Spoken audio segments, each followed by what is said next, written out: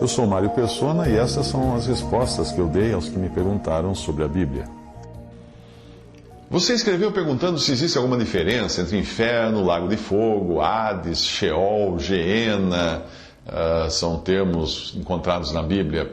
Nas línguas originais da Bíblia, o inferno é chamado de Geena, havendo outra palavra, Hades, que é outra coisa, diferente também o significado.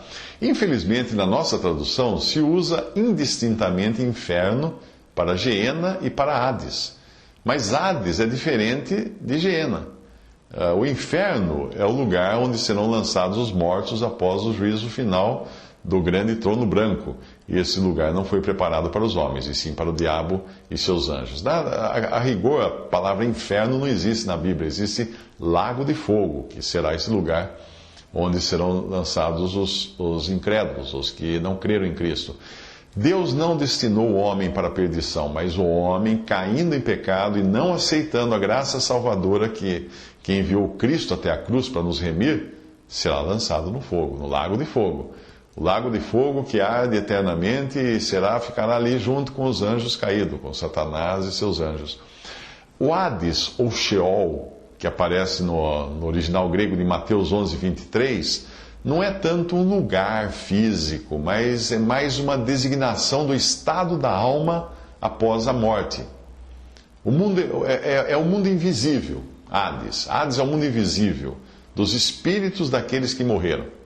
É um estado intermediário entre a vida e a ressurreição para os salvos, ou a vida atual e o juízo para os que perecem, porque esses no final também sairão do Hades para receberem seus corpos e serem lançados no lago de fogo. Mas enquanto isso, os salvos têm o seu espírito, a sua alma e espírito no Hades, porque no sentido, não no Hades, no sentido de um lugar especificamente, mas no sentido de um estado, de uma condição de morte, separados do corpo. Mas estão com Cristo. Essa é a diferença. O ladrão na cruz ouviu a promessa do Senhor: ainda hoje estarás comigo no paraíso. O corpo do ladrão não foi ressuscitado ainda. E não será ressuscitado até o arrebatamento, o dia do arrebatamento da igreja e ressurreição dos salvos, como nós lemos em 1 Tessalonicenses 4,16. Mas a alma daquele ladrão já estava ali, desfrutando do gozo da presença de Cristo. E assim é com os que morrem em Cristo, salvos. Obviamente, aquele ladrão, muitos pensam assim: mas o Senhor Jesus foi enterrado. Não, o corpo foi enterrado, foi sepultado. Mas no momento em que o Senhor Jesus morreu, o seu espírito foi para o céu. E no momento em que o ladrão morreu, o seu espírito foi para o céu. Então os dois se encontraram, sim, naquele mesmo dia. 3 dias depois, o espírito do Senhor Jesus voltaria à terra para ressuscitar no seu corpo que tinha ficado esperando lá no sepulcro.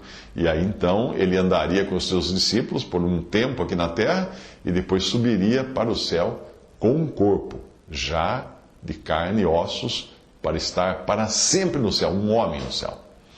O rico de Lucas capítulo 16 declara estar atormentado na chama, no versículo 24.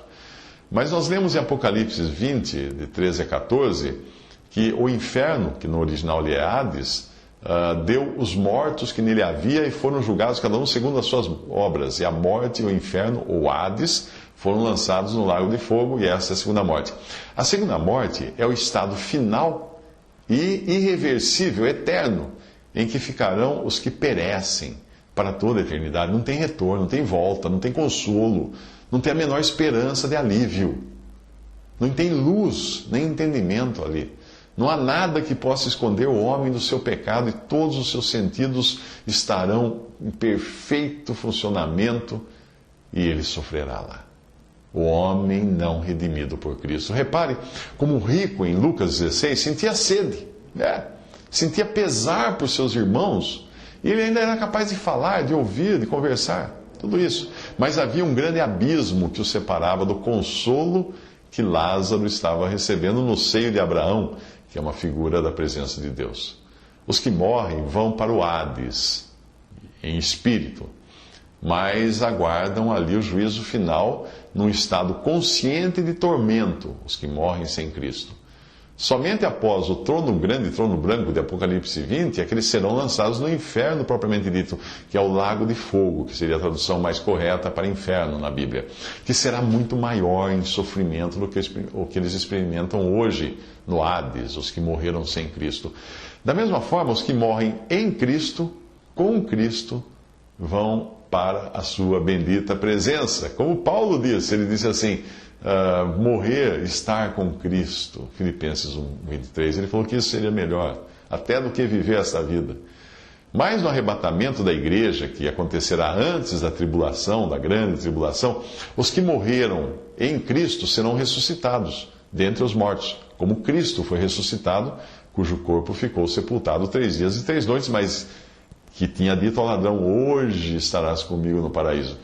Cristo é as primícias dos que dormem. 1 Coríntios 15:20. Ou seja, Jesus é o primeiro ser humano a ressuscitar. Nenhum outro ressuscitou antes dele. Aquelas ressurreições que você encontra no Antigo Testamento e no Novo Testamento são de pessoas que morreram, ressuscitaram e morreram de novo depois. Porque Jesus ainda é o único homem com um corpo no céu ressuscitado. E nós seremos igualmente ressuscitados pelo mesmo poder que ressuscitou a Cristo.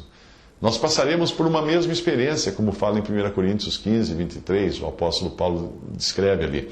O estado do crente após a sua morte é de gozo, mas não é igual ao estado que ele estará após a ressurreição, que se dará para os salvos no arrebatamento, porque aí ele estará com o seu corpo também em uma condição glorificada com Cristo no céu.